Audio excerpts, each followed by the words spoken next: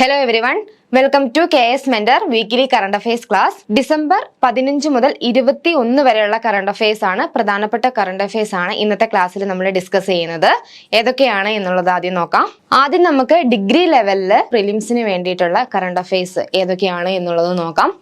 Time magazines 2023 okay, Time മാഗസിനുമായി ബന്ധപ്പെട്ട് ഒരു ന്യൂസ് വന്നിട്ടുണ്ട്. അതുപോലെ തന്നെ Cambridge dictionary reveals hallucinate as word of the year 2023. അടുത്തൊരു topic Mercer's quality of living city ranking 2023. Okay, Mercer's quality of living city ranking 2023.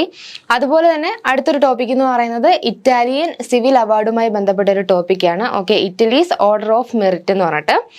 അതുപോലെ തന്നെ national energy conservation day, international human solidarity day, scheme certification wood and forest, Thiruvalluvar statue. Okay, Thiruvalluvar statue, Indira Gandhi peace prize, Vijay Diwas. ഇത്രയുമാണ് നമ്മൾ degree ലെവലിൽ ഇന്ന് discuss ചെയ്യാൻ പോകുന്നത്. അതുപോലെ തന്നെ KS മെയിൻസ് പോയിന്റ് ഓഫ് വ്യൂയിലും ഞാനൊരു ടോപ്പിക് എടുത്തിട്ടുണ്ട്. അത് എമർജൻസി പ്രൊവിഷൻസുമായി ബന്ധപ്പെട്ട ടോപ്പിക്കാണ്. ഓക്കെ, എമർജൻസി പ്രൊവിഷൻസുമായി ബന്ധപ്പെട്ട ടോപ്പിക്കാണ് നമ്മൾ KS മെയിൻസ് പോയിന്റ് ഓഫ് വ്യൂയിൽ നിന്ന് ഡിസ്കസ് ചെയ്യുന്നത്. ഇനി ഓരോ ടോപ്പിക്കും നമുക്ക് ഡീറ്റെയിൽ ആയിട്ട് നോക്കാം. ഇതിന് പുറമെ ക്വസ്റ്റ്യൻസും കൂടി ഉണ്ട്. ഓക്കെ, ആദ്യത്തെ ടോപ്പിക് എന്ന് പറയുന്നത് ടൈം മാഗസിനുമായി ബന്ധപ്പെട്ടതാണ്. ഓക്കെ, ടൈം എന്ന് പറയുന്നത് US ബേസ്ഡ് ആയിട്ടുള്ള ഒരു ന്യൂസ് മാഗസിൻ ആണ്. ഈ ഒരു മാഗസിൻ്റെ 2023 പേഴ്സൺ ഓഫ് ദ ഇയർ ആയിട്ട് തിരഞ്ഞെടുക്കപ്പെട്ടത് ടൈലർ സ്വിഫ്റ്റ് ആണ്. ഓക്കെ, ടൈലർ സ്വിഫ്റ്റിനെയാണ് ഈ ഒരു മാഗസിന്റെ person of the year 2023 person of the year ആയിട്ട് തിരഞ്ഞെടുത്തിട്ടുള്ളത്. ഓക്കെ, ടൈലർ സ്വിഫ്റ്റ് എന്ന് പറയുന്ന ഒരു അമേരിക്കൻ പോപ്പ് സിംഗർ ആണ്, ഒരു സോങ് റൈറ്റർ ആണ്, അമേരിക്കൻ പോപ്പ് സിംഗർ ആണ്. അതുപോലെ തന്നെ ഈ ഒരു മാഗസിനിൽ 2 വട്ടം തിരഞ്ഞെടുക്കുന്ന ആദ്യത്തെ വുമണും കൂടിയാണ് ടൈലർ സ്വിഫ്റ്റ് എന്നുള്ളത്. ഓക്കെ, ഇനി എന്തിന്റെ ബേസിലാണ് ഈ ഒരു മാഗസിന്റെ പേഴ്സൺ ഓഫ് ദ ഇയർ ആയിട്ട് 2023 ആയിട്ട് തിരഞ്ഞെടുക്കുന്നത് വെച്ചാൽ ആർട്സിലുള്ള കോൺട്രിബ്യൂഷൻസ്. ഓക്കെ, അതായത് ആർട്ട് ഫീൽഡിലുള്ള അച്ചീവ്മെന്റ്സിന്റെ ബേസിലാണ് ടൈലർ സ്വിഫ്റ്റിനെ ഒരു ടൈം മാഗസിന്റെ person of the year 2023 person of the year ആയിട്ട് തിരഞ്ഞെടുത്തിട്ടുള്ളത്. അതുപോലെ തന്നെ ഈ magazine person of the year മാത്രമല്ല, അതുപോലുള്ള മറ്റു ബഹുമതികൾ കൊടുക്കുന്നത് ഏതൊക്കെയാണെന്ന് നോക്കാം. ഈ ഒരു ടൈം മാഗസിന്റെ athlete of the year 2023 athlete of the year ആയിട്ട് തിരഞ്ഞെടുത്തിട്ടുള്ളത് ലയണൽ മെസ്സിനെയാണ്. ഓക്കെ, ലയണൽ മെസ്സിനെയാണ് 2023 അത്ലറ്റ് ഓഫ് ദ ഇയർ ആയിട്ട് തിരഞ്ഞെടുത്തിട്ടുള്ളത്. അതുപോലെ തന്നെ CEO of the year, Time മാഗസിന്റെ CEO of the year, okay, 2023 CEO of the year ആയിട്ട് തിരഞ്ഞെടുത്തിട്ടുള്ളത് അമേരിക്കൻ ഓൺട്രപ്രണറായ സാം ആൾട്ട്മാനാണ്. Okay, Sam ആൾട്ട്മാനെയാണ്.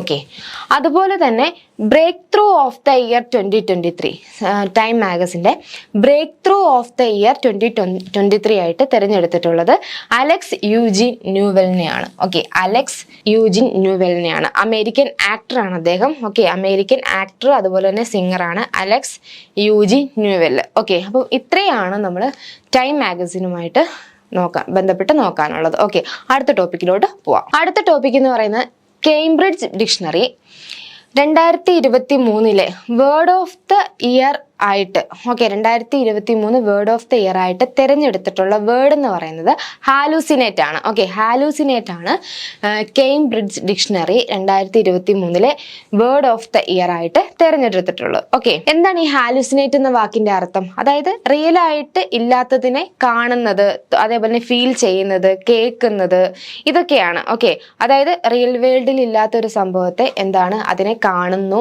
അതിനെ കേൾക്കുന്നു, ഇങ്ങനെ തുടങ്ങിയ ഒരു എക്സ്പീരിയൻസിനാണ് ഹാലുസിനേറ്റ് എന്ന് പറയുന്നത്. അപ്പോൾ ഈ ഒരു വേർഡാണ് Cambridge dictionary 2023 word of the year ആയിട്ട് തിരഞ്ഞെടുത്തിട്ടുള്ളത്. അതുപോലെ തന്നെ ഈ ഒരു word AI system, artificial intelligence സിസ്റ്റത്തിലോട്ട് അപ്ലൈ ചെയ്ത് എന്താണ് ഒരു ഫിക്ഷണൽ സീൻസ് എല്ലാം ക്രിയേറ്റ് ചെയ്യാൻ വേണ്ടിയിട്ട് ഈ ഒരു വേർഡ് ഉപയോഗിക്കുന്നു എന്നുള്ളതാണ് ഇതിന്റെ ഒരു സ്പെഷ്യാലിറ്റി. ഓക്കെ, അപ്പോൾ മെയിനായിട്ട് ഇവിടെ ഓർത്ത് വെക്കേണ്ട ഒരു കാര്യം ഇത്ര മാത്രമേ ഉള്ളൂ. ഏതാണ് ആ വേർഡ്? അതായത് Cambridge dictionary 2023 word of the year ആയിട്ട് ആയിട്ട് തിരഞ്ഞെടുത്ത ആ ഒരു വേർഡ് ഏതാണെന്നുള്ളത് ഓർത്ത് വെക്കുക. അത് ഹാലൂസിനേറ്റ് ആണ്. ഓക്കെ, അടുത്ത topic Mercer's quality of living index. Okay, living city ranking 2023. നമുക്ക് നോക്കാം ഏതൊക്കെ സിറ്റീസ് ആണ് ഇന്ത്യയിൽ നിന്നും ഈ ഒരു ലിസ്റ്റിൽ ഉൾപ്പെട്ട സിറ്റീസിൽ ഏറ്റവും ടോപ്പിൽ വന്നിട്ടുള്ളത് ഹൈദരാബാദ് ആണ്. ഓക്കെ, ഹൈദരാബാദ് ആണ് ഇന്ത്യയിൽ നിന്നും ഉൾപ്പെട്ടിട്ടുള്ള സിറ്റികളിൽ ഏറ്റവും ടോപ്പിൽ വന്നിട്ടുള്ളത്. ഗ്ലോബലി നോക്കുമ്പോൾ വിയന്ന ആണ്. ഓക്കെ, ഗ്ലോബലി നോക്കുമ്പോൾ വിയന്ന ആണ് വന്നിട്ടുള്ളത്. ഇനി നോക്കാം ഇന്ത്യയിൽ നിന്നും തെരഞ്ഞെടുത്ത മറ്റ് സിറ്റീസ് ഏതൊക്കെയാണ് എന്നുള്ളത് നോക്കാം. പൂനെ, ഓക്കെ, മഹാരാഷ്ട്ര പൂനെ. അതേപോലെ തന്നെ ബംഗളൂരു, കർണാടകയിലെ ബംഗളൂരു 153, 154, 156 പൊസിഷനിലാണ് ഇന്ത്യയിൽ നിന്നും ഈ ഒരു സിറ്റീസിനെ തെരഞ്ഞെടുത്തിട്ടുള്ളത്. ഹൈദരാബാദ് 153, പൂനെ 154, അതേപോലെ ബംഗളൂരു 156. ഓക്കെ, അതുപോലെ തന്നെ ഹൈദരാബാദിന്റെ ഒരു പ്രത്യേകത എന്ന് പറയുന്നത് ഇത് ആറാമത്തെ തവണയാണ് ബെസ്റ്റ് ഇന്ത്യൻ സിറ്റി ആയിട്ട് ഹൈദരാബാദ് വരുന്നത്. ഓക്കെ, ആറാമത്തെ തവണയാണ്.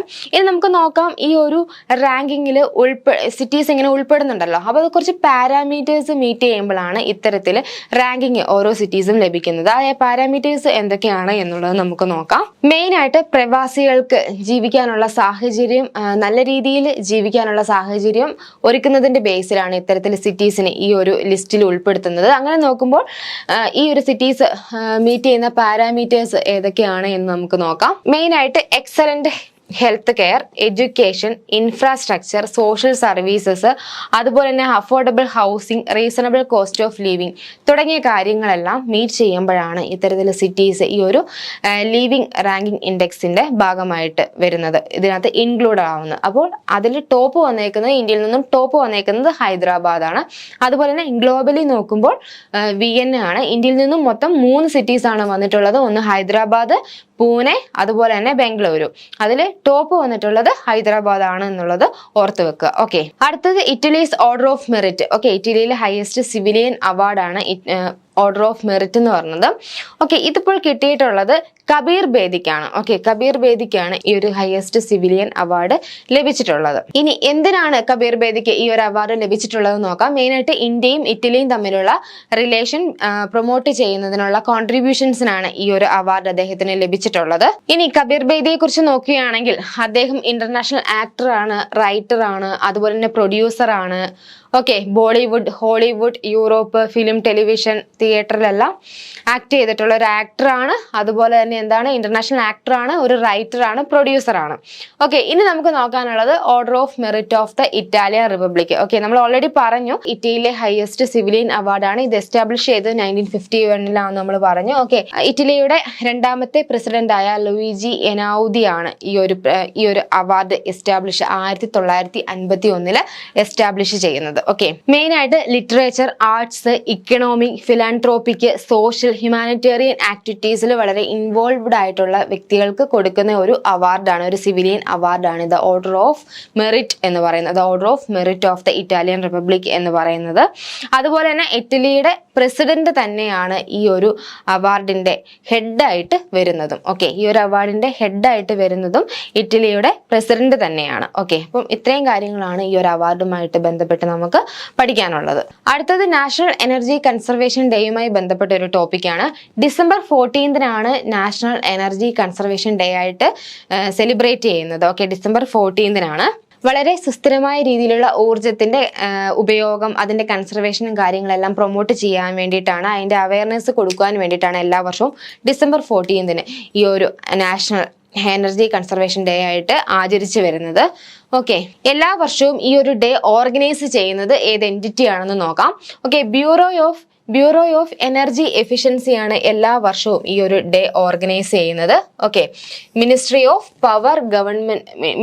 പവറിന്റെ അണ്ടറിൽ വരുന്ന, ഗവൺമെന്റ് ഓഫ് ഇന്ത്യയുടെ അണ്ടറിൽ മിനിസ്ട്രി ഓഫ് പവറിന്റെ അണ്ടറിൽ വരുന്ന ബ്യൂറോ ഓഫ് എനർജി എഫിഷ്യൻസിയാണ് എല്ലാ വർഷവും ഈ ഒരു ഡേ ഓർഗനൈസ് ചെയ്യുന്നത്. ഓക്കെ, അതുപോലെ തന്നെ B, bureau of energy efficiency national energy conservation award launch ചെയ്യുന്നത് 1991 okay, 1991 bureau of energy efficiency ഈ ഒരു national energy conservation award launch ചെയ്യുന്നത്. ഇനി നമുക്ക് നോക്കാം, ഈ ഒരു അവാർഡ് നൽകി വരുന്നത് ഇൻഡസ്ട്രീസ് അതുപോലെ തന്നെ എസ്റ്റാബ്ലിഷ്മെന്റ്സിനാണ്. ഏത് തരത്തിലുള്ള ഇൻഡസ്ട്രീസ് അല്ലെങ്കിൽ എസ്റ്റാബ്ലിഷ്മെന്റ്സിനാണ് ഈ ഒരു അവാർഡ് കൊടുത്തു വരുന്നത്? വളരെ ലോ ലെവലിൽ എനർജി കൺസ്യൂം ചെയ്തിട്ട് പ്രൊഡക്ഷൻ മെയിൻറ്റെയിൻ ചെയ്യുന്ന എസ്റ്റാബ്ലിഷ്മെന്റ്സ് അതുപോലെ തന്നെ ഇൻഡസ്ട്രീസിനാണ് ഈ ഒരു അവാർഡ് കൊടുക്കുന്നത്. Okay, national energy conservation award കൊടുത്തു വരുന്നത്. ആദ്യമായിട്ട് ഈ ഒരു അവാർഡ് കൊടുക്കുന്നത് 1991 ഡിസംബർ 14 അപ്പോൾ ആ വർഷം മുതൽ എന്താണ് നാഷണൽ എനർജി കൺസർവേഷൻ ഡേ ആയിട്ട് ആ ഒരു വർഷം മുതൽ എന്താണ് സെലിബ്രേറ്റ് ചെയ്ത് വരുന്നുണ്ട്. ഡിസംബർ 14 ആദ്യമായിട്ട് ഈ ഒരു അവാർഡ് കൊടുക്കുന്നത്.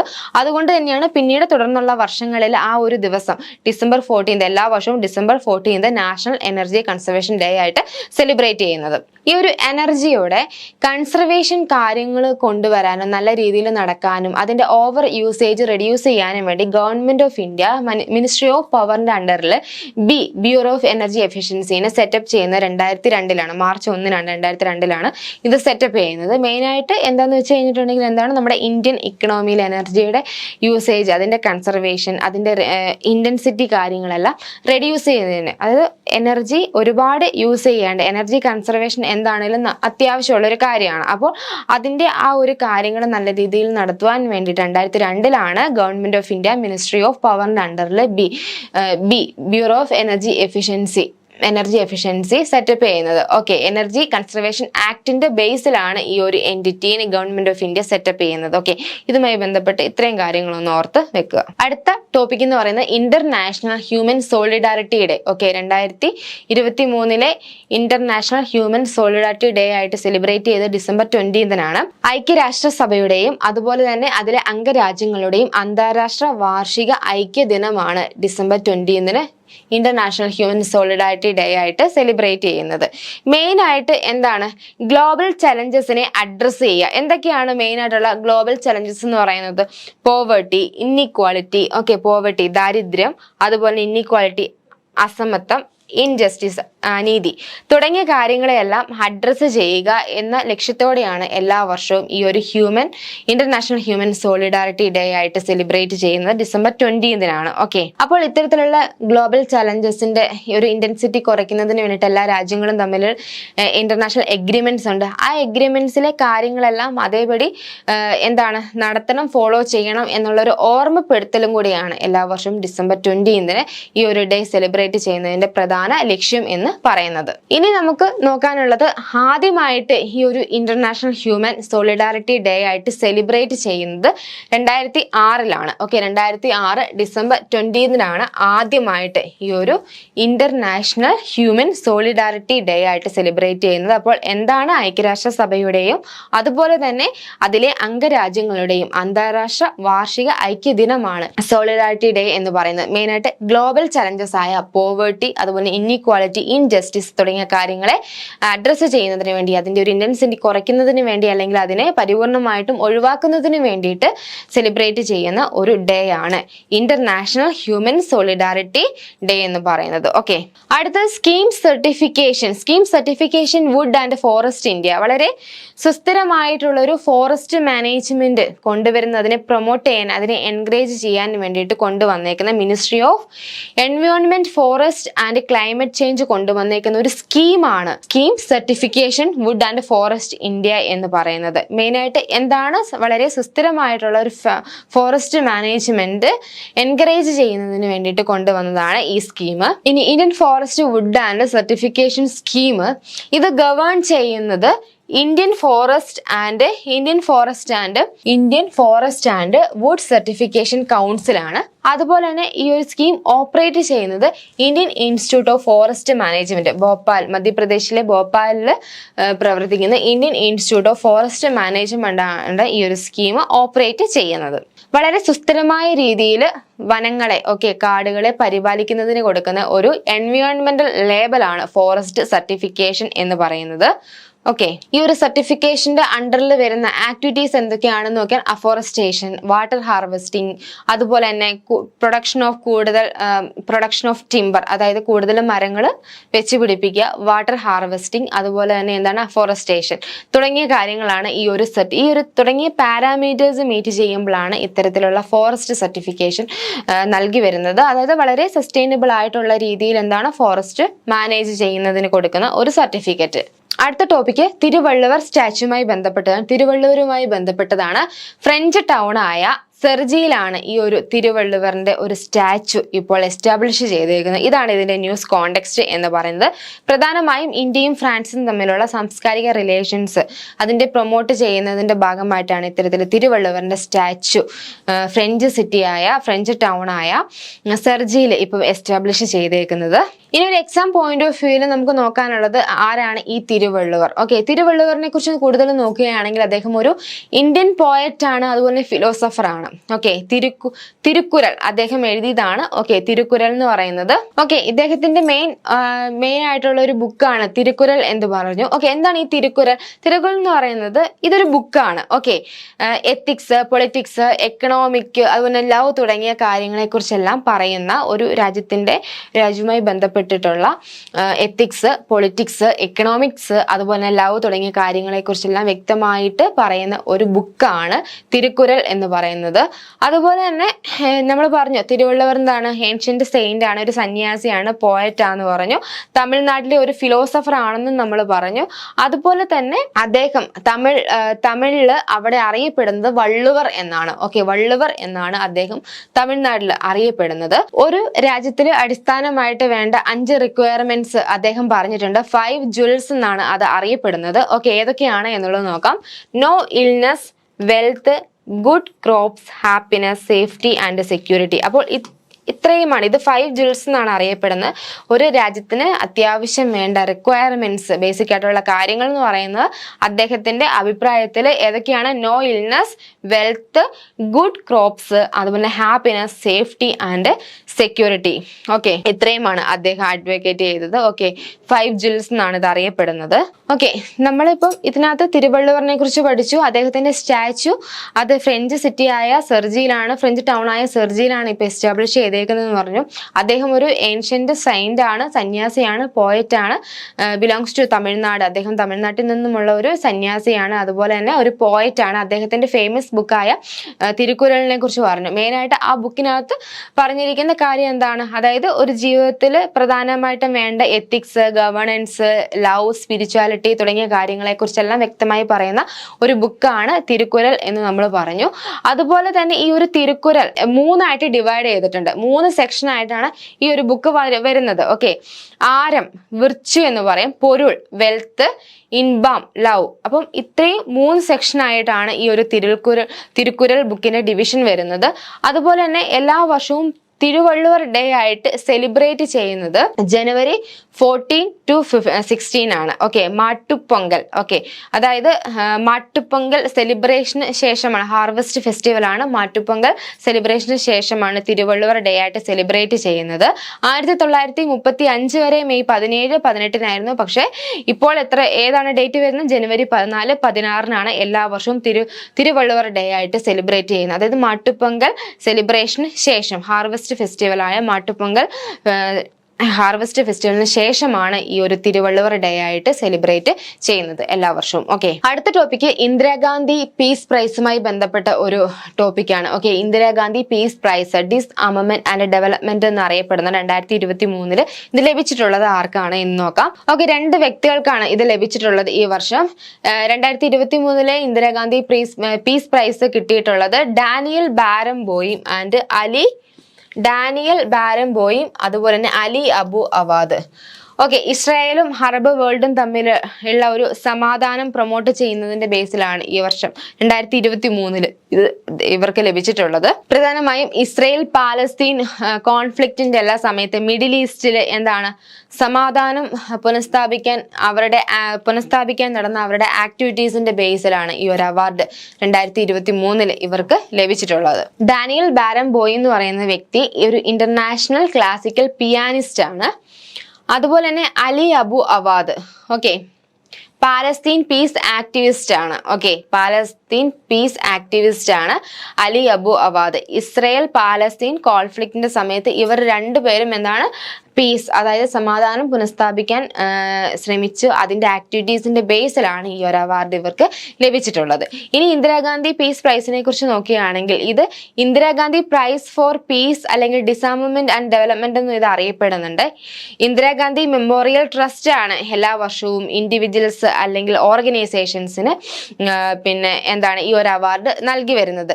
എന്തിന്റെ എല്ലാം പാരാമീറ്റേഴ്സിലാണ് ഈ ഒരു അവാർഡ് കൊടുക്കുന്നത് എന്ന് നമുക്ക് നോക്കാം. പ്രധാനമായിട്ടും ഇന്റർനാഷണൽ പീസ് പ്രൊമോട്ട് ചെയ്യുന്നതിന്, അതുപോലെ തന്നെ എന്താണ് പുതുതായിട്ട് ഇന്റർനാഷണൽ ഇക്കണോമിക് ഓർഡർ ഡെവലപ്മെന്റ് ചെയ്യുന്നത്, അതുപോലെ തന്നെ എന്താണ് സയന്റിഫിക് ഡിസ്കവറീസ്. ഓക്കെ, അത് ഹ്യൂമാനിറ്റിക്ക് വളരെ യൂസ്ഫുൾ ആയ രീതിയിലുള്ള വളരെ സേഫ് ആയിട്ടുള്ള സയന്റിഫിക് ഡിസ്കവറീസ് നടത്തുന്നതിന്റെ ബേസിൽ ഒക്കെയാണ് ഈ ഒരു അവാർഡ് എല്ലാ വർഷവും ഇൻഡിവിജ്വൽസ് വ്യക്തികൾക്ക് അല്ലെങ്കിൽ ഒരു ഓർഗനൈസേഷൻസിന് നൽകി വരുന്നത്. ഇന്ദിരാഗാന്ധി മെമ്മോറിയൽ ട്രസ്റ്റ് ആണ് ഈ ഒരു അവാർഡ് എല്ലാ വർഷവും നൽകി വരുന്നത്. ഓക്കെ, ആദ്യം ഇത് ഇൻസ്റ്റിറ്റ്യൂട്ട് ചെയ്യുന്നത് 1986 ഓക്കെ, അതായത് നമ്മുടെ Indira Gandhi forum prime minister of ഇന്ത്യയാണ്. 1984 ഇന്ദിരാഗാന്ധി വധിക്കപ്പെടുന്നത്. അപ്പോൾ അദ്ദേഹത്തിന്റെ ഓർമ്മയ്ക്കായിട്ടാണ് 1986 ഈ പ്രൈസ് ഇൻസ്റ്റിറ്റ്യൂട്ട് ചെയ്യുന്നത്. ഓക്കെ, ഏകദേശം നമുക്ക് നോക്കാൻ 2.5 മില്യൺ ക്യാഷ് അവാർഡാണ് ഈ ഒരു അവാർഡ്. പ്രധാനമായിട്ടും ഒരു പ്രശസ്തി പത്രം ഉണ്ടാവും. അതേപോലെ തന്നെ എന്താണ് 2.5 ഇന്ത്യൻ റുപ്പീസ് ആണ്, 2.5 മില്യൺ ഇന്ത്യൻ റുപ്പീസ് ആണ് ക്യാഷ് അവാർഡായിട്ട് ഈ ഒരു അവാർഡിനോടൊപ്പം കൊടുക്കുന്നത്, ക്യാഷ് ആയിട്ട് ഈ ഒരു അവാർഡിനോടൊപ്പം കൊടുക്കുന്നത്. ഓക്കെ, അടുത്ത ടോപ്പിക്ക് ഇന്ത്യയുടെ ഫാസ്റ്റസ്റ്റ് സോളാർ ഇലക്ട്രിക് ബോട്ടുമായി ബന്ധപ്പെട്ടതാണ്. ബരാക്കുഡ. ഓക്കെ, ഇന്ത്യയുടെ ആദ്യത്തെ ഫാസ്റ്റസ്റ്റ് സോളാർ ഇലക്ട്രിക് ബോട്ടാണ്. ഓക്കെ, ആലപ്പുഴ, കേരളത്തിലെ ആലപ്പുഴ ജില്ലയിലെ നവഗതി യാർഡിലാണ് ഈ ഒരു ബോട്ടിന്റെ കൺസ്ട്രക്ഷനും കാര്യങ്ങളും നടന്നിട്ടുള്ളത്. അതുപോലെ തന്നെ ഗ്രീൻ എനർജി പ്രൊമോട്ട് ചെയ്യുന്നതിന്റെ ഭാഗമായിട്ട് അതിലോട്ടുള്ള സ്റ്റെപ്പ് ആയിട്ടാണ് ഈ ഒരു ബോട്ടിന്റെ കൺസ്ട്രക്ഷൻ ഇപ്പോൾ നടന്നിട്ടുള്ളത്. ഓക്കെ, അപ്പോൾ ഇന്ത്യയുടെ ആദ്യത്തെ ഫാസ്റ്റസ്റ്റ് ആയിട്ടുള്ള സോളാർ ഇലക്ട്രിക് ബോട്ടാണ് ബരാക്കുഡ. ഓക്കെ, ആ പേര് ഓർത്ത് വെക്കുക. അത് ആലപ്പുഴ ജില്ലയിലെ നവഗതി യാർഡിലാണ് ഈ ഒരു ബോട്ടിന്റെ കൺസ്ട്രക്ഷൻ നടന്നിട്ടുള്ളത്. ഓക്കെ, അപ്പൊ ഇത്രയാണ് നമ്മളൊരു ഡിഗ്രി ലെവലിൽ നമുക്ക് ഈ ഒരു വീക്കിൽ നോക്കാനുള്ള പ്രധാനപ്പെട്ട കറണ്ട് അഫയേഴ്സ് എന്ന് പറയുന്നത്. ഇനി അടുത്തത് KS പോയിന്റ് ഓഫ് വ്യൂവിൽ ഞാൻ ഇന്ന് എടുത്തേക്കുന്നത് എമർജൻസി, അടിയന്തരാവസ്ഥയുമായി ബന്ധപ്പെട്ട കാര്യങ്ങളാണ് എടുത്തിട്ടുള്ളത്. ഓക്കെ, നമ്മുടെ രാജ്യത്ത് അടിയന്തരാവസ്ഥ വന്നു കഴിഞ്ഞിട്ടുണ്ടെങ്കിൽ ഉണ്ടാവുന്ന എഫക്ട്സ്, അതിന്റെ മെറിറ്റ്സ്, എഫക്ട്സ്. ഓക്കെ, അതിന് നമുക്കൊരു ബെറ്റർ വേ ഫോർവേഡ് കാര്യങ്ങൾ കൊടുക്കാം. ഓക്കെ, സജഷൻസ് കൊടുക്കാം, അതിന്റെ ഇന്റൻസിറ്റി കുറയ്ക്കാൻ വേണ്ടിയിട്ടുള്ള സജഷൻസ് കൊടുക്കാം. ഇതിനൊരു മെയിൻസ് പോയിന്റ് ഓഫ് വ്യൂവിൽ നമുക്ക് എങ്ങനെ അഡ്രസ്സ് ചെയ്യാം, ഓക്കെ, എന്തൊക്കെ കാര്യങ്ങൾ ഉൾപ്പെടുത്തി ഒരു മെയിൻസ് ആൻസർ റെഡിയാക്കാം എന്നുള്ളത് നോക്കാം. ആദ്യം നമ്മൾ മെയിൻ ആയിട്ട് ഒരു ഇൻട്രൊഡക്ഷനിൽ കൊടുക്കേണ്ടത് നമ്മുടെ ഇന്ത്യൻ കോൺസ്റ്റിറ്റ്യൂഷണൽ ആർട്ടിക്കിൾ 352 മുതൽ 360 വരെ ഭാഗം 18 എമർജൻസി പ്രൊവിഷൻസിനെ കുറിച്ച് പറയുന്നത്. മെയിൻ ആയിട്ട് 3 തരത്തിലുള്ള എമർജൻസിയാണ്. ഓക്കെ, അത് നമ്മൾ അതിനകത്തോട്ട് വരാം. ഇനി എന്തിനു വേണ്ടിയിട്ടാണ് ഇത്തരത്തിൽ എമർജൻസി അടിയന്തരാവസ്ഥ പ്രഖ്യാപിക്കുന്നത്? അതായത് അൺഫോർസീൻ ആയിട്ടുള്ള ഒരു സിറ്റുവേഷൻസിനെ ഹാൻഡിൽ ചെയ്യാൻ വേണ്ടിയിട്ടാണ് അടിയന്തരാവസ്ഥ പ്രഖ്യാപിക്കുന്നത്. ഓക്കെ, അപ്പോൾ ഇതിനകത്ത് പർപ്പസ് പറയുന്നുണ്ട്. മെയിൻ ആയിട്ട് നമ്മുടെ ഭരണഘടനയെ പ്രൊട്ടക്റ്റ് ചെയ്യാൻ വേണ്ടിയിട്ട്, നമ്മുടെ രാജ്യത്തിന്റെ ജനാധിപത്യ വ്യവസ്ഥയെ, അതുപോലെ തന്നെ ഫിനാൻഷ്യൽ സ്റ്റെബിലിറ്റിയെ, പരമാധികാരത്തെ, ഇന്ത്യയുടെ യൂണിറ്റി, ഐക്യം, അഖണ്ഡത, അതുപോലെ തന്നെ സെക്യൂരിറ്റി, ഇവയെല്ലാം പ്രൊട്ടക്റ്റ് ചെയ്യാൻ വേണ്ടിയിട്ടാണ് ഇതിനെയെല്ലാം എതിർക്കുന്ന രീതിയിലുള്ള, ഇതിനെല്ലാം ബാധിക്കുന്ന രീതിയിലുള്ള ഏതെങ്കിലും സിറ്റുവേഷൻസ് വരുമ്പോഴാണ് നമ്മുടെ രാജ്യത്തെ എമർജൻസി അടിയന്തരാവസ്ഥ പ്രഖ്യാപിക്കുന്നത്. ആർട്ടിക്കിൾ 352 മുതൽ 360 വരെയാണ് എമർജൻസി പ്രൊവിഷൻസിനെ കുറിച്ച് പറയുന്നത്. അതായത് ഭാഗം 18 പറയുന്നത്. ഓക്കെ, അപ്പൊ ആർട്ടിക്കിളും കാര്യങ്ങളൊക്കെ ഒന്ന് ഓർത്ത് വെക്കുക. പിന്നെ പറഞ്ഞു 3 തരത്തിലുള്ള എമർജൻസിയാണ് പ്രഖ്യാപിക്കുന്നത്. ഓക്കെ, നാഷണൽ എമർജൻസി, ദേശീയ അടിയന്തരാവസ്ഥ എന്ന് പറയും. ഓക്കെ, അപ്പൊ നമ്മൾ ഇൻട്രൊഡക്ഷനിൽ ഇത്രയും കാര്യങ്ങൾ ഒന്ന് ഉൾപ്പെടുത്തുക. പിന്നെ 3 ടൈപ്പ് ഓഫ് എമർജൻസി എന്ന് പറഞ്ഞു. ആർട്ടിക്കിൾ 352 പ്രകാരം 3 തരത്തിലുള്ള 3 തരത്തിലുള്ള എമർജൻസി പ്രഖ്യാപിക്കുന്നുണ്ട്. അതിൽ ആർട്ടിക്കിൾ 352 പ്രകാരം നാഷണൽ എമർജൻസി, ദേശീയ അടിയന്തരാവസ്ഥ പ്രഖ്യാപിക്കുന്നു. അത് ഏതൊക്കെ കേസിലാണ്? വാർ അല്ലെങ്കിൽ external aggression, armed rebellion. Okay, ഈ കാരണങ്ങൾ കൊണ്ട് ഇന്ത്യയുടെ സെക്യൂരിറ്റി ത്രെട്ടൻ ചെയ്യപ്പെട്ട് കഴിഞ്ഞാൽ പ്രസിഡന്റിന് എന്താണ് നാഷണൽ എമർജൻസി പ്രഖ്യാപിക്കാം. ഓക്കെ, വാർ, എക്സ്റ്റേണൽ അഗ്രഷൻ, ആംഡ് റിബല്യൻ ഉണ്ടായതിനു ശേഷം മാത്രമല്ല, ഇത്തരത്തിൽ ഏതെങ്കിലും സിറ്റുവേഷൻസ് ഉണ്ടാകും, അത് നമ്മുടെ രാജ്യത്തിന്റെ സെക്യൂരിറ്റി അല്ലെ സോവറിനിറ്റിയെ ബാധിക്കും എന്ന് പ്രസിഡന്റിന് മുൻകൂട്ടി തോന്നിക്കഴിഞ്ഞു കഴിഞ്ഞാൽ എന്താണ് ഈ അടിയന്തരാവസ്ഥ പ്രസിഡന്റിനെ ഡിക്ലെയർ ചെയ്യാനായിട്ട് പറ്റും. അതുപോലെ തന്നെ state emergency. Okay, state emergency എപ്പോഴാണ് പ്രഖ്യാപിക്കുന്നത്? ഓക്കെ, രാഷ്ട്രപതി ഭരണം ആർട്ടിക്കിൾ 356 പ്രകാരം ഡിക്ലെയർ ചെയ്യുന്നതാണ് രാഷ്ട്രപതി ഭരണം എന്ന് പറയുന്നത്. അത് കോൺസ്റ്റിറ്റ്യൂഷൻ അനുസൃതമായിട്ടല്ല ഒരു സ്റ്റേറ്റിലെ ഭരണകാര്യങ്ങൾ നടക്കുന്നതെങ്കിൽ എന്താണ് ഗവർണർക്ക് അവിടെ പ്രസിഡന്റിനോട് സ്റ്റേറ്റ് എമർജൻസി പ്രഖ്യാപിക്കാനായിട്ട് റിക്വസ്റ്റ് ചെയ്യാനായിട്ട് പറ്റും. ഓക്കെ, അത് ആർട്ടിക്കിൾ 356 പ്രകാരമാണ്. അതുപോലെ തന്നെ ഫിനാൻഷ്യൽ എമർജൻസി ആർട്ടിക്കിൾ 360 പ്രകാരം, അതായത് നമ്മുടെ രാജ്യത്തിന്റെ ഫിനാൻഷ്യൽ സ്റ്റെബിലിറ്റിയെ എന്താണ് നല്ല സ്മൂത്ത് ആയിട്ടല്ല നടക്കുന്നതെങ്കിൽ എന്താണ് പ്രസിഡന്റിന് സാമ്പത്തിക അടിയന്തരാവസ്ഥ ആർട്ടിക്കിൾ 360 പ്രകാരം പ്രഖ്യാപിക്കാനായിട്ട് പറ്റും. ഓക്കെ, അപ്പോൾ നമ്മൾ ഒരു ഇൻട്രൊഡക്ഷൻ, അതായത് നമ്മുടെ കോൺസ്റ്റിറ്റ്യൂഷൻ ഭരണഘടന ആർട്ടിക്കിൾ, ഏതൊക്കെ ആർട്ടിക്കിളാണ് എമർജൻസിനെ കുറിച്ച് പറയുന്നത്, അതുപോലെ തന്നെ ഏത് സിറ്റുവേഷൻസിലാണ് ഈ എമർജൻസി ഡിക്ലെയർ ചെയ്യുന്നത്, എത്ര തരത്തിലുള്ള എമർജൻസി ഉണ്ട്, 3 തരത്തിലുള്ള എമർജൻസി ഉണ്ട്, ഇത്രയും കാര്യങ്ങൾ പറഞ്ഞു. ഇനി നമ്മൾ നോക്കുന്നത് ഇതിന്റെ എന്താണ് ഈ എമർജൻസി അടിയന്തരാവസ്ഥ കൊണ്ടുവരുന്നതുകൊണ്ടുള്ള ഗുണങ്ങൾ എന്തെങ്കിലും ഉണ്ടെങ്കിൽ നമുക്ക് നോക്കാം. അതായത് ഇന്റേർണൽ അല്ലെങ്കിൽ എക്സ്റ്റേണൽ ത്രെഡ്സ് നമ്മുടെ രാജ്യത്തുണ്ടാകുമ്പോൾ അപ്പോൾ നമ്മുടെ സൈനിക അതുപോലെ പോലീസ് ഫോഴ്സിന്റെ എല്ലാം ആ ഒരു ഫോക്കസ് ഒരു പോയിന്റിൽ കൊണ്ടുവരണം. അപ്പോൾ എമർജൻസി പ്രഖ്യാപിക്കുന്നതിലൂടെ എന്താണ് ഇപ്പൊ നമുക്കറിയാം എമർജൻസി പ്രഖ്യാപിക്കുമ്പോൾ ഉണ്ടാവുന്ന എന്തെങ്കിലും മെറിറ്റ്സ് ഉണ്ടോ എന്നുള്ളത് നമുക്ക് നോക്കാം. അതായത് നിലവിലുള്ള ഗവൺമെന്റ് പിരിച്ചുവിട്ട് അവിടെ എന്താണ് രാഷ്ട്രപതി ഭരണം വരികയാണ്. മെയിനായിട്ട് എന്തിനു വേണ്ടിയിട്ടാണ്? അതായത് വാർ, എക്സ്റ്റേണൽ അഗ്രഷൻ, അതുപോലെ തന്നെ ആംഡ് റിബലിയൻ ഒക്കെ ഉണ്ടാകുമ്പോൾ അവിടെ സൈനിക ഫോഴ്സിന്റെയും അതുപോലെ പോലീസ് ഫോഴ്സിന്റെ എല്ലാം ഒരു ഫോക്കസ് ഒരു പോയിന്റിൽ കൊണ്ടുവരണം. ഓക്കെ, അവിടെ കൂടുതൽ ഇവരുടെ സേവനം ആവശ്യമുള്ള സമയമാണ്. അപ്പോൾ അത്തരത്തിൽ എന്താണ് പെട്ടെന്ന് കാര്യങ്ങളെ ഇത്തരത്തിൽ ഡിസോർഡർ ആയി കിടന്നിട്ടുള്ള കാര്യങ്ങളെ പെട്ടെന്ന് സോൾവ് ചെയ്യുന്നതിന് വേണ്ടി ഇവരുടെ എല്ലാം, അതായത് പോലീസ് ഫോഴ്സിന്റെയും സൈനിക സേവനങ്ങളെല്ലാം ഒരു പോയിന്റിൽ കൊണ്ടുവരാനായിട്ട് സാധിക്കും ഇങ്ങനെ ഒരു എമർജൻസി പ്രഖ്യാപിക്കുന്നതിലൂടെ. ഓക്കെ, അതുപോലെ സ്റ്റേറ്റ് എമർജൻസി ആണെങ്കിൽ എന്താണ് അവിടെ കേന്ദ്രം ഇടപെടുകയാണ്. അതായത് സംസ്ഥാനങ്ങളുടെ ഭരണകാര്യങ്ങളിൽ കേന്ദ്രം ഇടപെടുകയാണ്. കാരണം കോൺസ്റ്റിറ്റ്യൂഷനിലെ പ്രൊവിഷൻസിന് അനുസൃതമായിട്ടല്ല ഒരു സംസ്ഥാനത്തെ ഭരണകാര്യങ്ങൾ നടക്കുന്നതെങ്കിൽ അവിടെ എന്താണ് കേന്ദ്രത്തിന്റെ ഇടപെടൽ നടക്കുകയാണ് ചെയ്യുന്നത്. ഓക്കെ, അൾട്ടിമേറ്റ് എയിം എന്ന് പറയുന്നത് എന്താണ്? ഈ ഭരണഘടനാ സ്ഥാപനങ്ങളെല്ലാം എന്തിനു വേണ്ടിയിട്ടാണ്? ജനങ്ങളുടെ ക്ഷേമം ഉറപ്പുവരുത്തുന്നതിന്. അതിനൊരു ബുദ്ധിമുട്ടുണ്ടാവുമ്പോൾ അവിടെ എന്താണ് കേന്ദ്രം ഇടപെടുകയാണ്. ഓക്കെ, രാഷ്ട്രപതി ഭരണം കൊണ്ടുവരുമ്പോൾ, ഗവർണേഴ്സ് റൂള് കൊണ്ടുവരുമ്പോൾ അവിടെ കേന്ദ്രം ഇടപെട്ട് അവിടെ കാര്യങ്ങളെല്ലാം ശരിയാക്കുന്നതായിട്ട് നമുക്ക് കാണാനായിട്ട് പറ്റും. അതുപോലെ തന്നെ ഫിനാൻഷ്യൽ ഇൻസ്റ്റെബിലിറ്റി കാരണമാണ് ഒരു സാമ്പത്തിക അടിയന്തരാവസ്ഥ പ്രസിഡന്റ് ഡിക്ലെയർ ചെയ്യുന്നതെങ്കിൽ ഇത്തരത്തിൽ ഒരു ഫിനാൻഷ്യൽ എമർജൻസി കൊണ്ടുവരുന്നതിലൂടെ നമ്മുടെ ഫിനാൻഷ്യൽ സ്റ്റെബിലിറ്റി എന്താണ് വീണ്ടും പഴയതുപോലെ കൊണ്ടുവരാനായിട്ട് പറ്റും. അപ്പോൾ ഇത്തരത്തിലുള്ള മെറിറ്റ്സ് നമുക്ക് ഇവിടെ കാണാനായിട്ട് പറ്റും. പക്ഷേ മെറിറ്റ്സിനേക്കാളും നമ്മുടെ ഈ ഒരു എമർജൻസി പ്രഖ്യാപിക്കുമ്പോൾ ഉണ്ടാവുന്ന എഫക്ട്സ് എന്തൊക്കെയാണ്? കാരണം മെയിൻ ആയിട്ട് നമ്മുടെ ക്വസ്റ്റ്യനിൽ ചോദിച്ചിട്ടുണ്ടാവുക എന്തൊക്കെ എഫക്ട്സ് ആയിരിക്കും, എന്തൊക്കെ നെഗറ്റീവ്സ് ആയിരിക്കും ഇത്തരത്തിൽ സ്റ്റേറ്റ് എമർജൻസി, നാഷണൽ എമർജൻസി അല്ലെങ്കിൽ സ്റ്റേറ്റ് എമർജൻസി, ഫിനാൻഷ്യൽ എമർജൻസി പ്രഖ്യാപിക്കുമ്പോൾ ഉണ്ടാവുന്ന ആ ഒരു പ്രധാനപ്പെട്ട നെഗറ്റീവ്സ് എന്തൊക്കെയായിരിക്കും എന്നുള്ളതാണ്.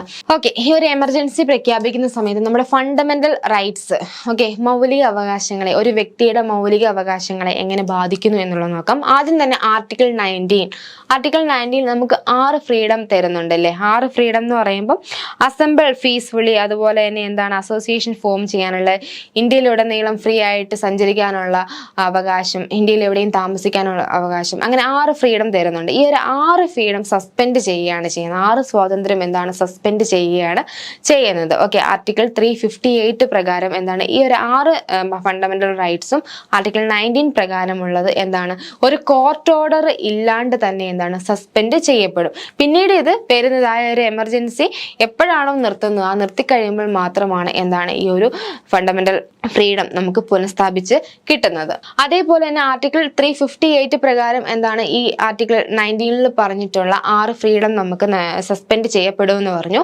അതുപോലെ തന്നെ എന്താണ് ആർട്ടിക്കിൾ 359 എന്താണ് പറയുന്നത്? ഈ ഒരു നാഷണൽ എമർജൻസിയുടെ സമയത്ത് ഒരു വ്യക്തിക്ക് എനിക്ക് ഈ ഒരു എൻ്റെ ഈ സ്വാതന്ത്ര്യം എനിക്ക് അനുവദിച്ച് കിട്ടുന്നില്ല എന്ന് പറഞ്ഞിട്ട് ഒരു കോടതിയെ സമീപിക്കാനുള്ള എന്താണ് ആ ഒരു വ്യക്തിയുടെ സ്വാതന്ത്ര്യം, അതാണ് ഇവിടെ ആർട്ടിക്കിൾ 359 പ്രകാരം പ്രസിഡന്റിന് സസ്പെൻഡ് ചെയ്യാനായിട്ട് പറ്റുന്നത്. ഓക്കെ, ഇനി നമുക്ക് ഫെഡറലിസത്തിന്റെ, അതായത് നമ്മുടെ പ്രധാനപ്പെട്ട ഇന്ത്യൻ കോൺസ്റ്റിറ്റ്യൂഷന്റെ ഒരു ഫീച്ചർ ആണല്ലേ ഫെഡറലിസം എന്ന് പറയുന്നത്. അപ്പോൾ ആ ഒരു ഫീച്ചറിനെ കോപ്പറേറ്റീവ് ഫെഡറലിസം എന്ന് പറയും. ആ ഒരു ഫീച്ചറിനെ എങ്ങനെയാണ് ഇത് ബാധിക്കുന്നതെന്ന് നമുക്ക് നോക്കാം. അതായത് നമുക്കറിയാം നമ്മുടെ രാജ്യത്ത് നിയമനിർമ്മാണങ്ങൾ വളരെ വ്യക്തമായി തന്നെ എന്താണ് നാഷണൽ അതുപോലെ തന്നെ സ്റ്റേറ്റ് ഗവൺമെന്റ് എന്ന് പറഞ്ഞിട്ട് ഡിവൈഡ് ചെയ്ത് കൊടുത്തിട്ടുണ്ട്. അപ്പോൾ ആ നിയമങ്ങൾ നിർമ്മിക്കുന്നതിന് വേണ്ടിയിട്ട് ഓരോ സബ്ജക്റ്റിനെ നമ്മൾ വളരെ വ്യക്തമായിട്ട് തന്നെ ഡിവൈഡ് ചെയ്തിട്ടുണ്ട്. Union list, state list, concurrent list എന്ന് പറഞ്ഞിട്ട് എന്താണ് അങ്ങനെ വ്യക്തമായിട്ട് സബ്ജക്ട് ഡിവിഷനും വന്നിട്ടുണ്ട്. പക്ഷെ ഇങ്ങനെ രാഷ്ട്രപതി ഭരണം വന്നു കഴിഞ്ഞിട്ടുണ്ടെങ്കിൽ എന്താണ് അവിടെ സ്റ്റേറ്റ് ഗവൺമെന്റ് അല്ലെങ്കിൽ നാഷണൽ ഗവൺമെന്റ് ഡിസോൾവ് ചെയ്ത് അവിടെ രാഷ്ട്രപതി ഭരണമാണ് വരുന്നത്. അപ്പോൾ അങ്ങനെ വന്നു കഴിഞ്ഞിട്ടുണ്ടെങ്കിൽ എന്താണ് അവിടെ സ്റ്റേറ്റ് ലെജിസ്ലേച്ചർ എന്താണ് സസ്പെൻഡ് ചെയ്യപ്പെടും. ഓക്കെ, അങ്ങനെ വന്നു കഴിയുമ്പോൾ ഫെഡറൽ ബാലൻസിനെ അതെന്താണ് ഫെഡറൽ ബാലൻസിനെ അത് ബാധിക്കും. പിന്നീട് പാർലമെന്റ് ആണ് ഓരോരോ കാര്യങ്ങൾ ചെയ്യുന്നത്. ഓക്കെ, രാഷ്ട്രപതിയാണ് ഓരോരോ കാര്യങ്ങൾ ചെയ്യുന്നവർക്ക് വേണ്ടി നിയമങ്ങൾ നിർമ്മിക്കുന്നു. അതൊക്കെ ആരാണ് ചെയ്യുന്നത്? രാഷ്ട്രപതിയാണ് ചെയ്യുന്നത്. ഓക്കെ, അപ്പൊ പാർലമെന്റിന് എന്താണ് സ്റ്റേറ്റ് ലിസ്റ്റിലുള്ള കാര്യങ്ങളിൽ എന്താണ് നിയമങ്ങൾ നിർമ്മിക്കാനായിട്ട് സാധിക്കുന്നു. ഈവൻ സ്റ്റേറ്റ് എമർജൻസിയുടെ സമയത്താണെങ്കിൽ ഗവർണർ ആയിരിക്കും പ്രസിഡന്റിന്റെ നേതൃത്വത്തിൽ അവിടെ ഭരണം നടത്തുന്നത്. ഓക്കെ, അപ്പോൾ എന്താണ് സ്റ്റേറ്റ് ലെജിസ്ലേച്ചർ അവിടെ സസ്പെൻഡ് ചെയ്യപ്പെടുകയാണ് ചെയ്യുന്നത്. അതുപോലെ തന്നെ ഫിനാൻസിനെ എങ്ങനെ ബാധിക്കുന്നു എന്ന് നോക്കാം. ഓക്കെ, ആർട്ടിക്കിൾ 360 പ്രകാരം ഫിനാൻഷ്യൽ എമർജൻസി, ഓക്കെ, സാമ്പത്തിക അടിയന്തരാവസ്ഥ കൊണ്ടുവന്നു കഴിഞ്ഞിട്ടുണ്ടെങ്കിൽ നമുക്കറിയാം നമ്മുടെ കേന്ദ്രം സ്റ്റേറ്റിന് ഒരുപാട് ഗ്രാൻഡും കാര്യങ്ങളൊക്കെ കൊടുക്കുന്നുണ്ട്. അപ്പോൾ അതിലെല്ലാം എന്താണ് കുറവ് വരും, അല്ലെ ഒന്നെങ്കിൽ അത് നിർത്തലാകും. ഓക്കെ, താൽക്കാലികമായിട്ട് നിർത്തലാകും. കാരണം ഫിനാൻഷ്യൽ എമർജൻസി ആണല്ലോ, സാമ്പത്തിക അടിയന്തരാവസ്ഥയാണല്ലോ. അപ്പോൾ ആ ഒരു സാമ്പത്തിക പ്രതിസന്ധിയെ നേരിടാൻ വേണ്ടിയിട്ട് കേന്ദ്രം സ്റ്റേറ്റിന് കൊടുത്തുകൊണ്ടിരിക്കുന്ന ഗ്രാൻഡ് തുടങ്ങിയ കാര്യങ്ങൾ, ഓക്കെ, എല്ലാ കാര്യങ്ങളും അതിലൊരു കുറവ് വരും, അല്ലെങ്കിൽ അത് ടോട്ടലി നിർത്തലാക്കും. അങ്ങനെയുള്ള കാര്യങ്ങളാണ് ഫിനാൻസ് എമർജൻസി പ്രഖ്യാപിക്കുമ്പോൾ വരുന്നത്. ഓക്കെ, അതുപോലെ തന്നെ എന്താണ് സ്റ്റേറ്റ് പാസ്സാക്കുന്ന ഫിനാൻഷ്യൽ ബിൽസ് കാര്യങ്ങളെല്ലാം പ്രസിഡന്റിന്റെ അപ്രൂവലിനായിട്ട് മാറ്റി വെക്കേണ്ടി വരും.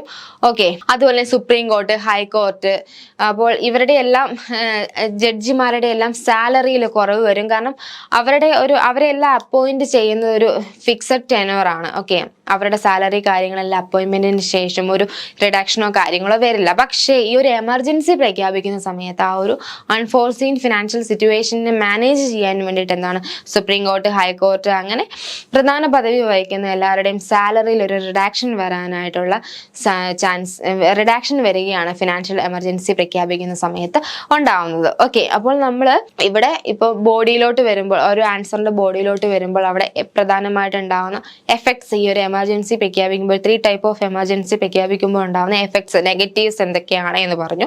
ഓക്കെ, ഇപ്പൊ നമ്മൾ ആൻസറിന്റെ ഒരു കൺക്ലൂഷൻ ഭാഗത്തോട്ട് വന്നു. അപ്പൊ അങ്ങനെ വരുമ്പോൾ വേ ഫോർവേഡ്, അതായത് എന്തെങ്കിലും സജഷൻസ് നമുക്ക് പറയാനായിട്ട് ഉണ്ടോ എന്നുള്ളതാണ് നോക്കേണ്ടത്. നമുക്കറിയാം ഇന്ത്യയിൽ നാഷണൽ എമർജൻസി 3 തവണയാണ് പ്രഖ്യാപിച്ചിട്ടുള്ളത്. Okay, 1962 India China war, 1971 India Pakistan war, അതുപോലെ തന്നെ 1975 ഇന്റർണൽ ഡിസ്റ്റർബൻസ് ഉണ്ടായിരുന്ന സമയത്ത്. അപ്പോൾ ആ കാലത്ത് എമർജൻസി എന്താണ് പ്രൈം മിനിസ്റ്റർ പ്രസിഡന്റിനോട് റെക്കമെൻഡ് ചെയ്ത് കഴിഞ്ഞാൽ എന്താണ് എമർജൻസി പ്രഖ്യാപിക്കും. അങ്ങനെ പെട്ടെന്നുള്ള ഒരു എമർജൻസി ഡിക്ലറേഷൻ ഇപ്പൊ നിലവിലുള്ള ഗവൺമെന്റ് പെട്ടെന്ന് ഭരണം മാറുകയും രാഷ്ട്രപതി ഭരണം ഉണ്ടാവുകയും ജനങ്ങൾക്ക് ഒരുപാട് ബുദ്ധിമുട്ടുണ്ടാവുന്നതും ചെയ്യുന്നതിന്റെ ഫലമായിട്ട് പിന്നീട് ഒരു ക്യാബിനറ്റിന്റെ റിട്ടൺ റെക്കമെൻഡേഷൻ ഉണ്ടെങ്കിൽ മാത്രമാണ് പ്രസിഡന്റിന് എന്താണ് എമർജൻസി ഡിക്ലെയർ ചെയ്യാനായിട്ട് പറ്റത്തുള്ളൂ. അപ്പോൾ ഇവിടെ ശ്രദ്ധിക്കേണ്ട ഒരു കാര്യം, നമുക്കൊരു വേ ഫോർവേഡ് ആയിട്ട് കൊടുക്കാൻ പറ്റുക എന്ന് പറയുന്നത് അൺഫോർസീൻ സിറ്റുവേഷനിലാണ് എമർജൻസി പ്രഖ്യാപിക്കുന്നത് പറഞ്ഞു. അപ്പോൾ അത്രയ്ക്കും കാര്യങ്ങൾ എന്താണ് നല്ല രീതിയിൽ പഠിച്ച് ഓക്കെ ആ ഒരു എമർജൻസി പ്രഖ്യാപിക്കേണ്ട സിറ്റുവേഷൻസ് അത്രയും ഭീകരമാണെങ്കിൽ മാത്രമാണ് എന്താണ് ഈ ഒരു അടിയന്തരാവസ്ഥ കൊണ്ടുവരാനായിട്ട് പാടുള്ളൂ. അല്ലെങ്കിൽ നിലവിലുള്ള ഭരണ കാര്യങ്ങളിൽ എന്താണ് തകിടം മറിയും. പ്രത്യേകിച്ച് പോളിസി ഫോർമുലേഷൻ കാര്യങ്ങളിലെല്ലാം പെട്ടെന്ന് എന്താണ് കുറെ റിഡക്ഷൻ കൊണ്ടുവരും. അതുപോലെ തന്നെ എന്താണ് സക്സസ് ഉണ്ടാവില്ല, developmental projects projects carry on ചെയ്യുന്നുണ്ടാവും. അപ്പോൾ പിന്നീട് ഈ മന്ത്രിസഭ, നിലവിലുള്ള മന്ത്രിസഭ വരുമോ എന്നുള്ള കാര്യം പിന്നീട് ഉറപ്പില്ല. പിന്നീട് വരുന്നത് ആരായിരിക്കും, വേറെ പാർട്ടിക്കാരാണ് പിന്നെ ജയിച്ച് വരുന്നതെങ്കിൽ സ്റ്റിൽ നടന്നുകൊണ്ടിരിക്കുന്ന കുറെ ഡെവലപ്മെന്റൽ പ്രോജക്റ്റ് ഉണ്ടാവും. അതിലൊരു ബ്ലോക്ക് ഉണ്ടാവും. അതുപോലെ തന്നെ കുറെ ബിൽസ് അത് ലോക്സഭയിൽ അല്ലെ രാജ്യസഭയിൽ ഇങ്ങനെ അത് പാസ്സാകാൻ വേണ്ടിയിട്ടുണ്ടാവും. അതിലെന്താണ് കുറെ കാര്യങ്ങൾ, അവിടെ കുറെ തടസ്സങ്ങൾ വരും. അപ്പോൾ നല്ല അടിയന്തരമായിട്ടുള്ള സിറ്റുവേഷൻസ് ഉണ്ടായാൽ മാത്രം എമർജൻസി പ്രഖ്യാപിക്കുക.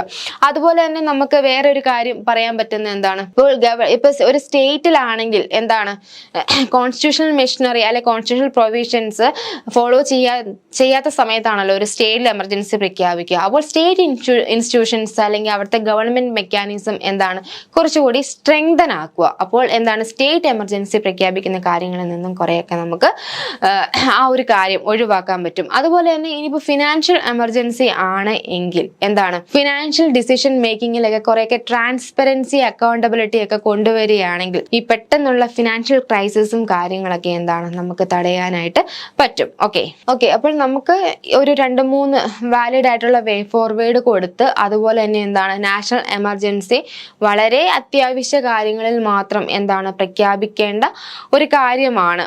അതുപോലെ തന്നെ കോൺസ്റ്റിറ്റ്യൂഷന്റെ വാല്യൂസ് അത്ര കണ്ട് ഡിഗ്രേഡ് ചെയ്യുകയാണെങ്കിൽ മാത്രം എമർജൻസി പ്രഖ്യാപിക്കുന്ന പോലുള്ള കാര്യങ്ങളിലോട്ട്, അത്രയും കടുത്ത കാര്യങ്ങളിലോട്ട് പോവുക തുടങ്ങിയ കാര്യങ്ങളെല്ലാം വെച്ചിട്ട് നമ്മൾ ഒരു ആൻസർ കൺക്ലൂഡ് ചെയ്യുക. അതുപോലെ ഇതിനകത്ത് ഇപ്പൊ നമുക്കറിയാം എമർജൻസി പ്രൊവിഷൻസ് എന്ന് പറയുന്ന ഒരു ചാപ്റ്ററിൽ ഒരുപാട് കാര്യങ്ങൾ നമുക്ക് പഠിക്കാനുണ്ട്, ഒരുപാട് ഫാക്ട്സ് പഠിക്കാനുണ്ട്, അമെൻമെന്റ് കാര്യങ്ങളൊക്കെ പഠിക്കാനുണ്ട്. പക്ഷെ നമ്മൾ ഇപ്പോൾ ഈ ഒരു ആൻസർ ഒരു 150 വേർഡ്സ് അല്ലെങ്കിൽ ഒരു 250 വേർഡ്സ് ആണെങ്കിൽ നല്ലൊരു ഇൻട്രോ കൊടുക്കുക. അതിന്റെ എന്തെങ്കിലും ഈ എമർജൻസി പ്രഖ്യാപിക്കുന്നതുമായി ബന്ധപ്പെട്ട് എന്തെങ്കിലും മെറിറ്റ്സ് ഉണ്ടെങ്കിൽ അത് വാല്യുബിൾ ആയിട്ടുള്ള 1, 2, 3 മെറിറ്റ്സ് കൊടുക്കുക.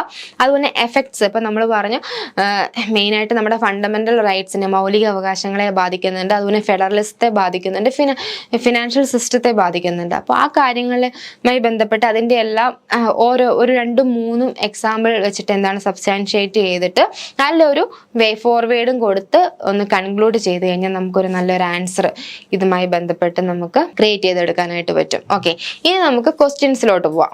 3 ക്വസ്റ്റ്യൻ ആണ് ഞാൻ ഇവിടെ കൊടുത്തിട്ടുള്ളത്. ഒന്നാമത്തെ ക്വസ്റ്റ്യൻ നോക്കാം. Which of the following is the name of the scheme launched by the ministry of environment, forest and climate change to encourage sustainable forest management and agroforestry in India? നമ്മൾ ഇന്നത്തെ ക്ലാസ്സിൽ discuss ചെയ്തതാണ്. 4 options കൊടുത്തിട്ടുണ്ട്. IFWCS, IFWCC, IIFM, ഇക്കോമാർക്ക്. അപ്പോൾ ഏതാണെന്നുള്ളത് നിങ്ങൾ കണ്ടുപിടിച്ച് കമന്റ്സിൽ അറിയിക്കുക. രണ്ടാമത്തെ, which of the following articles of the Indian constitution empower the president to proclaim a financial emergency? അതായത് രാഷ്ട്രപതി ഫിനാൻഷ്യൽ എമർജൻസി, സാമ്പത്തിക അടിയന്തരാവസ്ഥ പ്രഖ്യാപിക്കുന്നത് കോൺസ്റ്റിറ്റ്യൂഷനിലെ ഏത് ആർട്ടിക്കിൾ പ്രകാരമാണ്? 4 ഓപ്ഷൻസ് കൊടുത്തിട്ടുണ്ട്. Article 352, article 356, article 360, article 365. Answer കണ്ടെത്തുക. അതുപോലെ തന്നെ which among the following parameters are included Mercer's quality of living city ranking 2023? അതായത് ഇന്ത്യയിൽ നിന്നും ഈ ഒരു ക്വാളിറ്റി റാങ്കിങ്ങിൽ 3 സിറ്റീസ് ആണ് ഉൾപ്പെട്ടിട്ടുള്ളത്. അത് നമ്മൾ പഠിച്ചായിരുന്നു. ഹൈദരാബാദ്, അതുപോലെ തന്നെ പൂനെ, ബംഗളൂരു. അപ്പോൾ ഇത്തരത്തില് സിറ്റീസിനെ ഈ ഒരു റാങ്കിങ്ങിൽ ഉൾപ്പെടുത്തുന്നതിന് കുറച്ച് പാരാമീറ്റേഴ്സ് മീറ്റ് ചെയ്യണം. ആ പാരാമീറ്റേഴ്സ് ആണ് ഇവിടെ കൊടുത്തേക്കുന്നത്. എക്സലന്റ്. ആ പാരാമീറ്റേഴ്സിൽ ഏതൊക്കെയാണ് എന്നുള്ളതാണ് ഇവിടെ കൊടുത്തതിൽ ഏതൊക്കെയാണ് ആ പാരാമീറ്റേഴ്സിൽ ഉൾപ്പെടുന്നത്. എക്സലന്റ് ഹെൽത്ത് കെയർ കൊടുത്തിട്ടുണ്ട്, എഡ്യൂക്കേഷൻ കൊടുത്തിട്ടുണ്ട്, ഇൻഫ്രാസ്ട്രക്ചർ കൊടുത്തിട്ടുണ്ട്, സോഷ്യൽ സർവീസസ് കൊടുത്തിട്ടുണ്ട്. അപ്പോൾ ഏതൊക്കെ പാരാമീറ്റേഴ്സ് ആണ് ഉൾപ്പെടുന്നത്? എല്ലാം ഉണ്ടോ അറിയില്ല. 1 and 2 only, 1, 2, 4 only, 2 and 4 only, all of the above കൊടുത്തിട്ടുണ്ട്. അപ്പോൾ ഇത് 3ന്റെയും ആൻസർ കണ്ടെത്തി അത് കമന്റ്സിൽ അറിയിക്കുക. അപ്പോൾ നമ്മൾ ഇന്ന് ഡിസ്കസ് ചെയ്ത ക്വസ്റ്റ്യൻസ് അതിന്റെ ആൻസർ തീർച്ചയായിട്ടും നിങ്ങൾ കമന്റ്സിൽ അറിയിക്കുക. ഈ ക്ലാസ്സുമായി ബന്ധപ്പെട്ട് എന്തെങ്കിലും സംശയങ്ങളോ അതേപോലെ അഭിപ്രായങ്ങളോ ഉണ്ടെങ്കിൽ അത് ഞങ്ങളെ തീർച്ചയായിട്ടും അറിയിക്കുക. ഈ ഒരു ക്ലാസ് ഇഷ്ടപ്പെട്ടാൽ ഇത് ഫ്രണ്ട്സിലോട്ട് ഷെയർ ചെയ്യുക. അതുപോലെ തന്നെ KS Mentor ചാനൽ സബ്സ്ക്രൈബ് ചെയ്യാത്തവരുണ്ടെങ്കിൽ അത് സബ്സ്ക്രൈബ് ചെയ്യുക. വീഡിയോസ് വരുന്നത്, ക്ലാസ്സസ് അപ്ലോഡ് ചെയ്യുന്നതനുസരിച്ച് പെട്ടെന്ന് അറിയാൻ വേണ്ടിയിട്ട് ബെൽ ബട്ടൺ എനേബിൾ ചെയ്ത് വെക്കുക. അപ്പോൾ കൂടുതൽ കറണ്ട് അഫയേഴ്സ് ഫാക്ട്സുമായിട്ട് നമുക്ക് നെക്സ്റ്റ് ക്ലാസ്സിൽ കാണാം. താങ്ക്